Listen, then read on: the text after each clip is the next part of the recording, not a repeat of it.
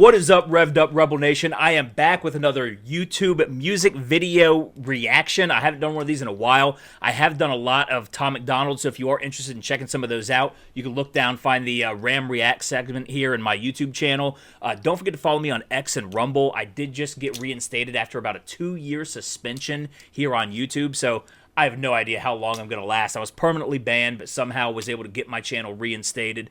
They don't like a lot of what I have to say, though, so who knows? They might go ahead and digitally JFK me again sometime soon. So, but what I do with these music video reactions for people who are new to the channel is I usually take music that is going to be, that I at least think is going to be socio-politically themed, and I sort of break down the political commentary and the social commentary within it, and how it ascribes, or how it's attributed to a lot of what is going on in society today. So today we've got Tom MacDonald, Adam Calhoun, and Dax Black and White. So I'm assuming there's going to be a good bit to pick apart in this one. But let's go ahead and, so if political commentary is not your thing, you might want to see your way out of here because that is what this is. But go ahead, follow me for the breakdown here. Don't forget to subscribe. Don't forget to share. Spread this channel. We are, Revved Up Rebel Nation is back. Revved Up Rebel Nation is growing. And we're looking forward to 2024, which is going to be a fucking wild year. Anyways, here we go.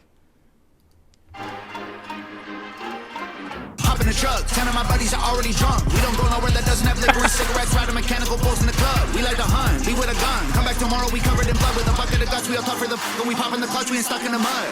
I'm the white boy with the baseball bat, with the face tattoos and a NASCAR hat. In a backyard like scrapyard, got a glass jar full of tobacco that's blacker than asphalt. Rolling with hundreds of crackers who acting like animals, they cannot handle their alcohol. We the white boys for the backwoods and the bad hoods and the guns. When I was younger, they taught me to struggle and hustle like 200 bikers, and they were my brothers. We coming for blood and you running for cover. All right. So I might have been a little bit wrong about this being a political commentary, a lot of political socio commentary on this. This is just seems to be a lot of, the sort of like what him and Adam Calhoun did with White Boys, which is very entertaining and interesting. That I do like the imagery, though. You've got two juxtapositions. You've got the trailer trash, and you've got this sort of Beverly Hills, super posh, goofy outfits, the rich Beverly Hills look, and you're juxtaposing those.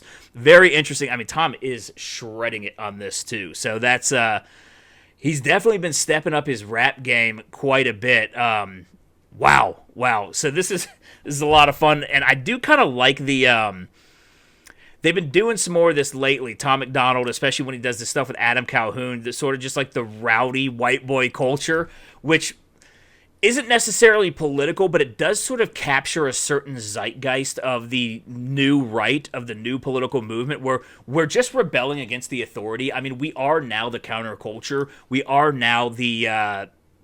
I don't want to say the hippies because we're certainly not hippies, but sort of like how the hippies were counterculture back in the 60s and rebelling against the established socio-political order. That's what the right's doing, and we're doing it in a fun way. I mean, this is just fun. It's funny. Look at Tom right there. While you have the left that just basically can't laugh at anything. They're humorless scolds about everything. The right is just coming in here. He's talking about white boys this, white boy that. And it is kind of interesting because we're told that we can't be okay with being white, that we have to feel white guilt, that we have to succumb and acknowledge our white privilege instead of just being like, yeah, whatever, we're white. So I think that it's kind of bucking in the face. So even though this isn't directly political or social, it does seem to be capturing a sort of energy and zeitgeist of the new right social order, which is interesting. So anyways, let's get back to this.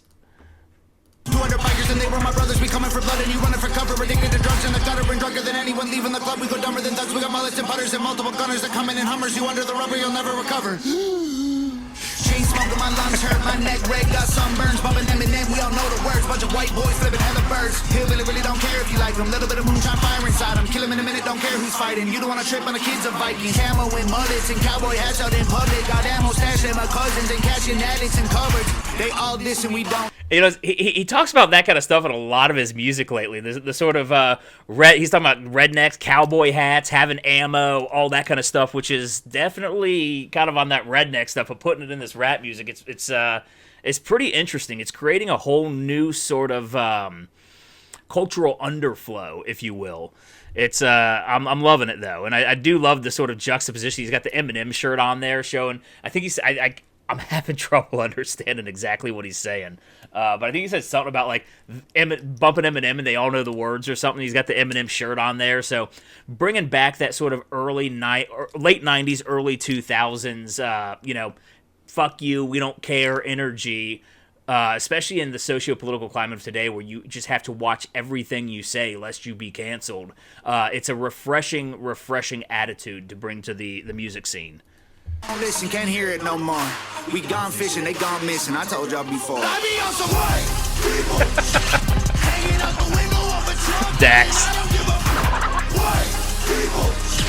Every time they see me pulling up, they be like, oh my god, he be on some white people. Well, I just want to say, Dax sitting there watching them while they're doing that white people shit. Dax is just sitting there looking at them like they're ridiculous. And they are, and that's what's so funny about it. But that's also what's kind of interesting about, making sure they had somebody like Dax on this video, is that a lot of people could look at this and be like, oh, well, this is white supremacist, this is white nationalist. Obviously, it's not going to be that because you've got Dax on here, who he's going to come in here. I'm assuming he's probably going to flip the script in some sort of way. But what's interesting is that a lot of people think something like this would drive people apart, but when done correctly, it can actually bring people together. It's sort of like how, a lot of times if you tell sort of like a racial joke around a lot of white people, they'll clutch their pearls and decry, oh, you're a racist. Then you go and you tell that joke to that group of people and they laugh their asses off. They think it's hilarious because at the end of the day, that sort of humor, that sort of acknowledging our differences in a certain way brings us together because we can get over them that way. We can minimalize them. We can make it so that they aren't important, that they don't actually drive us apart, that they're just something that we bond over. So I think that's kind of an interesting approach, and it's just kind of how society used to be, but it no longer has been, and I think it's good to get back to that. Open out the plane, no parachute, so I'ma get the sooner. I ain't learned from school, always ditch Ferris Bueller. Screw your little truck, my square body over there's cooler. Every white boy riding with me over there, shooters. I'm the white boy with the monster pump. Sit shotgun when I pop the truck. The Northern, I'm also off the jump. I'm off my rocker, lots of guns. This ain't soccer, but watch them run. Shoot them in the lung, need oxygen. Like he hopping, let's talk too much shit. Never gonna back up too much ammo. We got hammered, used to battle. Had my fights right on the gravel. Back in the day, we used to handle like men, but now we're canceled. Look at us like states for cancer. Look at them like pull your pants on. Dumbass kids ain't got no answer. Looked up to dudes with tattoos and rap music, bad moves and abuse in my past acting stupid. I think that felt like a very Eminem sort of flow right there. I think they're giving a little shout out back to that. And of course, Tom did that video where he was kind of giving Eminem his flowers, but he knows that Eminem wouldn't like. I forget exactly what he said in that song, but definitely you see the Eminem shirt. You hear sort of the Eminem flows in there, and it does kind of recapture that wild style of the late 90s, early 2000s. And again, you do see that a lot in sort of like the Trump movement, and you look at the memes and everything that come up, and it's just sort of, I'm going to be doing a video later, maybe in the next couple days, about the whole Trump indictment where he got his mugshot taken. I think I'm going to cover some of that energy that's being brought forth in the whole MAGA America First movement and recapturing our national identity. Because our national identity was that. We had fun. We let loose. We were rowdy. America is known as a rowdy country. I mean, we honor our outlaws. We're the only I think we're the only country that looks up to people like Jesse James and Billy the Kid and the people that did not follow the establishment rules, that bucked the trends, that bucked authority. We were a nation founded on bucking authority, and so I think seeing this sort of attitude, it's a refreshing reminder of who we are as a nation and as a culture. I used the bad news for the gas to keep moving. I made it where I'm at, now you rather see me losing. All my guys got tattoos on their face, they did the time they got jammed. What the hell, blue check, they ain't got no Instagram. Ask around, everyone knows. They might think that I care, but I don't. I'll be out some white people hanging out the window of a truck. Hold on, what is this? I gotta, hold on, what is this? What is this that they're driving here? Was that a... Okay, here we go. I missed it there. It's like a Chrysler golf cart that looks like an old 70s boat car. Those cars that were basically looked like and drove like boats. That's awesome. Riding through all the flowers. And the outfits that they're wearing, too, are just... They're so ridiculous. They kind of remind me of about 5 years ago when they came out with those romp him things, and they were like rompers for men, and they were all flowery like that. And it just sort of reminds me of a little bit of that culture that you kind of see coming out where, you see a lot of like the vaporwave. Actually, this is sort of a vaporwave shirt that I'm wearing right here from Dixon Flannels. And then... sort of like the white boy summer aesthetic that came out a couple years back that was just very 80s throwback, just super white bread and was just hilarious. I just love the visuals that they're doing with this video. Every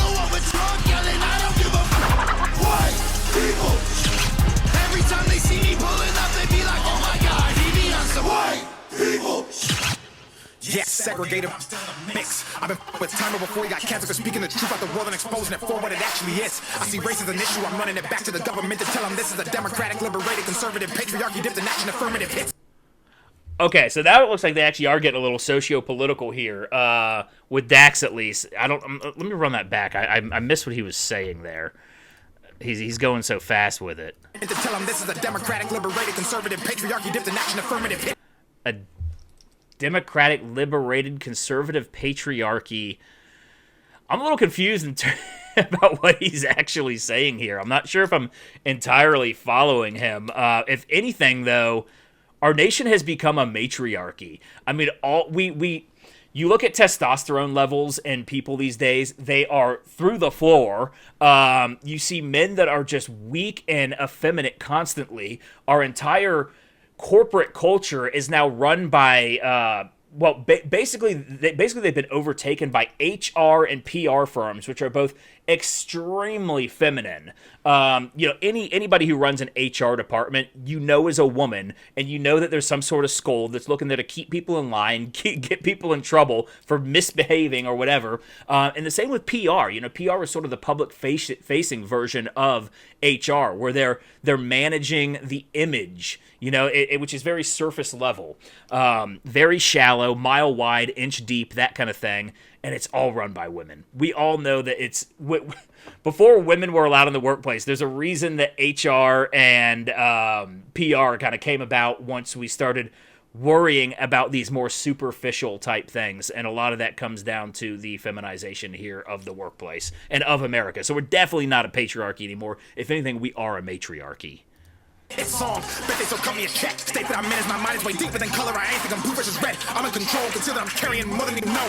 Chamber that's ready to blow. Right as you push through, clear and you won't. I'ma keep praying that you get exposed. I'm not abiding by rule that you set for me. I'm not that mad at the past. I mean, it was only a couple of centuries. Well, actually, I'm pissed, but won't let that be my identity. So on behalf of all blacks, I forgive and don't want to be enemies. Just like you're sorry. Okay, so that was interesting right there. He says something about it was only a couple hundred years, never mind, I'm pissed, but I won't let that be part of my identity. There's a good bit to unpack there, actually. And I mean, when you look at the history of slavery in America, a lot of people seem to they're very myopic in their approach to it. What they don't realize is that at the time, slavery was a worldwide institution. It wasn't an American institution. So who is Dax pissed at? Is he pissed at the white people who owned the plantations and owned the slaves here in America? Or is he pissed at the African tribes that sold rival tribes into slavery? A lot of the slave trade would not have happened if it wasn't for the fact that you had African tribes that would, I guess they would go to war and they would kidnap and enslave the other tribes. They would leave them in cages out on the beach to entice slave ships in to come buy them. So a lot of the slave trade was actually brought forth by these African tribes that were selling rival tribes into slavery. And it was sort of the African tribes' commerce at the time. The Ashanti Empire was one that was famous for that.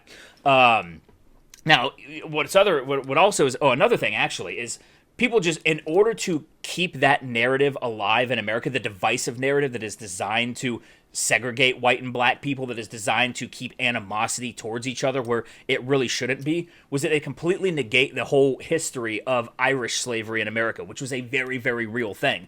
In fact, when it came to the chattel slave trade out of Africa, you didn't have European settlers landing on Africa and raiding villages and putting people on slave ships and sending them to America. They were almost entirely sold by other Africans who had already gone and captured their rival tribes and put them out on the beach to be sold as slaves. But with the Irish, you actually did have British people that were going through Irish or they were going through Irish towns and taking kids and people that were maybe homeless, and they were just yoking them up, tossing them on ships, sending them to America under what was called indentured servitude. Now, indentured servitude was essentially slavery with a 7-year period. Okay, so people say, okay, well, then it's not as bad as slavery because, well, after 7 years they gained their freedom. But did they? I mean, that was, of course, the institution, but who was there to enforce that? Absolutely nobody. And where were they going to go once they were freed from their indentured servitude? They weren't given anything. They had nowhere to go. So a lot of them actually ended up living their entire lives as slaves. A lot of them were actually treated worse than the black slaves because coming from Ireland and then being transfixed into the antebellum South, they were not able to actually... Like, the heat and the sun was not something they were used to in Ireland. I mean, they had skin as white as mine and red hair. They burned out in the sun. They didn't have the same strength. And so they were actually often treated worse. And I believe it was Jim Goad in his book, I forget what the title of his book was, but he mentioned how the mortality rate of the Irish indentured servants was 50% before they reached that 7-year mark. So about half of them actually died from being overworked, from being mistreated, from being malnourished, all of that. But we completely wiped that off of our history books so that we can push this idea that slavery was just a white on black issue. It wasn't. I mean, the term comes from the Slavic people who were continually enslaved. And why is it that the American people cannot get over slavery when slavery, as a worldwide institution, it seems like every other culture has moved past it, except for countries like China that still implement it, and in the Middle East that still implement it, and Libya, where they didn't have it until Hillary Clinton went in there and killed Gaddafi, and now all of a sudden they got a thriving slave trade again. In fact, there are more slaves today than there ever have been in history. So why we keep harping on a slavery that we fought a civil war where over 300,000 white people lost their lives to end, why we keep harping on that, you have to look at the motivations and the intentions for keeping that sort of animosity fresh within our culture. So there's a lot to unpack there. But he says, I don't want to make that identity, and I don't want to make that my identity. I don't want to hate you. I don't want to this and that. That's the attitude that we need. Move on it. History is history. It's not something to love or hate. It's something to know and to process, to know that you don't repeat it. But you don't sit there and just forever cling to history that's centuries old. You don't move on that way. You don't grow as a people that way. You don't mature as a society and flourish that way. Anyways, getting back to Dax here. Talk to me nice. This is comedic. If you get offended, that's a reflection of your own life and how you failed to live it right. So it's not black versus white, it's wrong versus right. Cause color is just a result of these multiple factors that we didn't choose. I mean, mom, dad, race, religion, things we're born into. Now he's getting down to it. He's saying that a lot of people, nobody chooses what their race is. These are the immutable characteristics that nobody can help, and so there's no reason to have animosity. He's talking about these are the things we're born into, but they're all things we can outgrow, and that was sort of the point that I was making just a minute ago. Generational curses that get undone once we undo moves. See life from a different view, beyond our own skewed, manipulated by the news. Crude things they use to confuse the masses, put us in social classes, separate.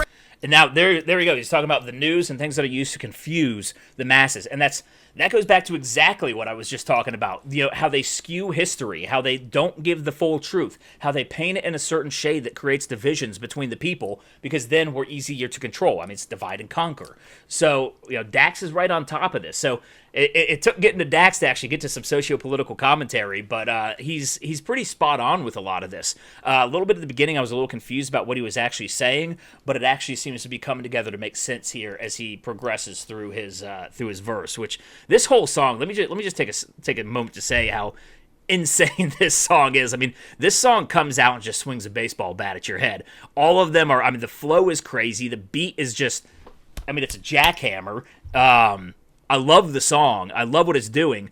I was expecting a little bit more socio-political commentary from Adam and Matt, who usually nail that kind of thing, but it looks like they just kind of stepped aside and let Dax handle that, and it seems like Dax was up to the task, so that's awesome. Rated by percentages, paid for taxes, income brackets, clothes, cars, shoes, size of asses. Maybe they're trying to blackmail me once I black out all these demographics. The push past the stereotypical average and get blackballed and they cut all my traffic. Oh my God, he be on some black people. Hanging out the window of the trunk, screaming, I don't give a black people. Every time they see me pulling up, they be like, oh my God, he be on some white people. All right, so that I loved what they did at the end there, how they went to Dax, then we be on some black people shit, and then even Dax, they were all going back and forth, the black people, then the white people shit, and that goes back to what I was mentioning a minute ago. Like, our differences don't have to be things that drive us apart. Our differences can actually be things that bring us together when we actually understand each other, understand where we come from, understand each other's perspectives. You know, there are certain things that culturally are right, culturally are wrong, of course, and that's with every race. That's with every group. Every group has things that are ingrained in their culture that are maybe not beneficial to their culture. But seeing that when you can actually talk about it, when you can actually speak freely about it, when you can joke about it, when you don't have to be walking on eggshells constantly, when you're walking on eggshells, that leaves you in a sort of mental state where you're always looking for something that's wrong. It's a paranoid state, really. It puts you in a paranoid state where you're always looking for something wrong. And when you're looking for something wrong with everybody, how can you ever come together? It's impossible. But when you're able to make jokes, when you're able to laugh, when you're able to point out the differences, you realize that those differences really aren't so big. They're just little minor things. I mean, who wants everybody to be the exact same? That's not what a flourishing society is comprised of. Anyways, guys, and also I got to give a shout out to Nova Rockefeller. She does all the videos for Tom. The video was awesome. I loved the juxtaposition of sort of the white trash and the Beverly Hills aesthetic there. The sort of, they weren't really the rompims that, you know, we saw come out back like 5-6 years ago or something, but it was very similarly styled, the sort of short shorts and the flowing material with the flowery, you know, pastel colors. I thought it was hilarious. It was a fun video. Nova always kills it. Anyways, guys, thank you for watching. Go watch some of my other music video reactions. I often, you know, there are other ones that are a little bit more socio-politically based that I'm able to give more in-depth conversation to, like my People So Stupid video. That was the very first music video reaction that I did, was Tom MacDonald's People So Stupid. Follow the channel, though. I do cover current events. I do multiple different shows. I do sort of this style here where it's just off the cuff. I also do a higher production value show, Revved Up with Ram Thorburn. It's we have a whole lot of fun with a revved up Rebel Nation, and we're ready to rock. So anyways, like, share, comment, subscribe. It was great seeing you, and I'll catch you guys on the next one.